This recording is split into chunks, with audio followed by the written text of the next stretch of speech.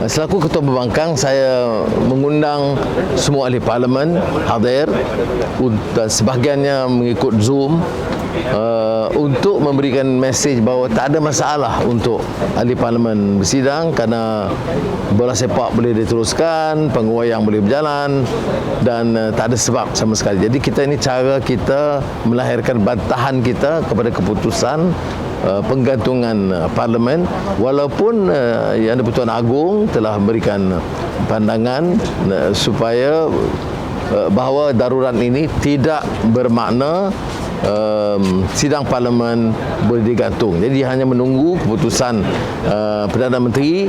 Jadi kalau kita tahu dalam kaedah perlembagaan dan institusi negara kita bahawa bila Yang di-Pertuan Agong memberikan pandangan begitu, maknanya berikan gambaran yang jelas bahawa pandangan kerajaan itu tidak tepat untuk menggantung parlimen. Itu pertama. Keduanya, dalam perbincangan kita, kita sudah mohon kepada Yang di-Pertua Dewan Rakyat untuk berikan kerjasama. Dia berikan sebahagian untuk kita masuk. Sebenarnya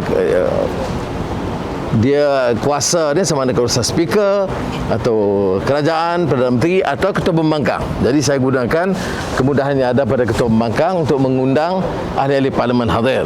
Saya minta bilik ruang yang agak baik sikit, tetapi terutama Dewan makan supaya agak luas kerana ramai yang hadir, tapi speaker bagi hanya bilik yang kecil. Itu yang agak sesak sikit kita, walaupun kita nak patuh SOP. Itu yang kedua. Keputusan kita buat ini adalah pertama, terus dengan tindakan kita membantah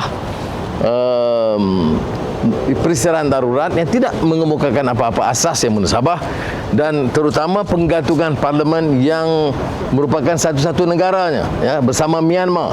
Jadi bila Perdana Menteri menegur Myanmar, Myanmar patut tegur Perdana Menteri bahawa tidak ada sebab yang munasabah untuk menggantung parlimen. Apa keputusan kita buat? Kita bincang soal COVID, langkah-langkah yang diambil, menggalakkan rakyat untuk mengambil vaksin dan tidak menangguhkan mengikut jadual, daftar ikut MySejahtera. Dan keduanya, kita juga minta supaya keputusan-keputusan Kementerian Kesihatan dan kerajaan itu mengambil kira pandangan-pandangan pakar-pakar lain.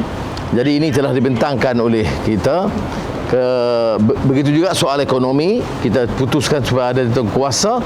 Masalah pengangguran serius kadang-kadang angka diberi oleh kerajaan itu nak melunakkan, tetapi kalau kita tengok di kalangan anak-anak muda, siswazah universiti, anak-anak keluar dari sekolah, jumlah pengangguran di kalangan anak muda itu 17.3%. Ini serius Ini tak termasuk yang dibuang kerja, yang kerja sementara dan sebagainya Tetapi anak muda 17.3%.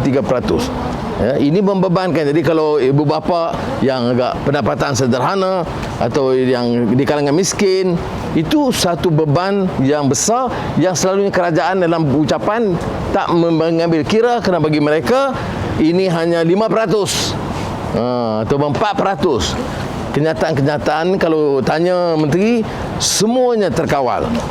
Batal hubungan diplomatik dengan Korea Utara tidak menjejaskan ekonomi. Betul.